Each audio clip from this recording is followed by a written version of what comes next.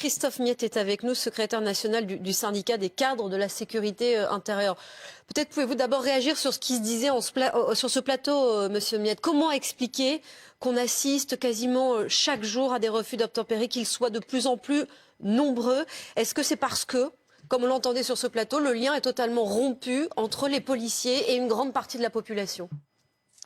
Il y a de ça, oui. Bonjour, tout d'abord. À rappeler, c'est pas quasi tous les jours, c'est tous les jours. Il y a des refus d'obtempérer. C'est toutes les 20 minutes, il y a un refus d'obtempérer en France. Les images que nous avons vues et qui tournent sont glaçantes. Elles sont terrifiantes. Mais malheureusement, c'est le quotidien de tous les policiers qui vivent ces refus d'obtempérer, ces délits de fuite, où un bon nombre de policiers sont blessés ou morts. Nous l'avons vu dernièrement avec un gendarme qui a trouvé la mort, mais également des civils qui sont touchés par des individus, des criminels de la route, qui prennent les policiers ou les gens pour des quilles, tout simplement. Là, on peut voir sur ces images, on n'a que ça à dire. Tout le monde connaît la situation à l'heure actuelle. On a l'impression que depuis des années, personne ne prend ce problème à bras le corps pour trouver des solutions. Il y a des mesures urgentes à prendre. On en appelle, nous, au nouveau gouvernement qui va se mettre en place avec un plan global pour prévenir et sanctionner.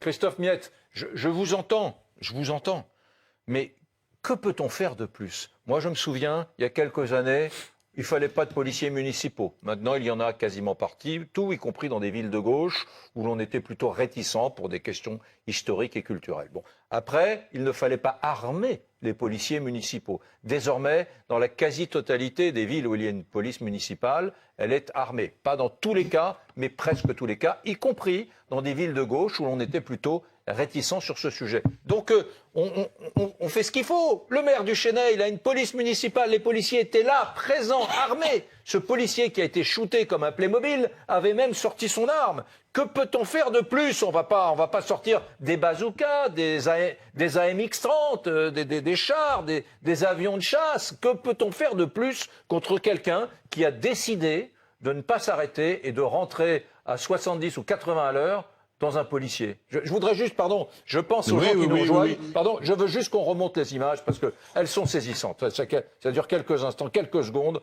Regardez cela, monsieur Miette.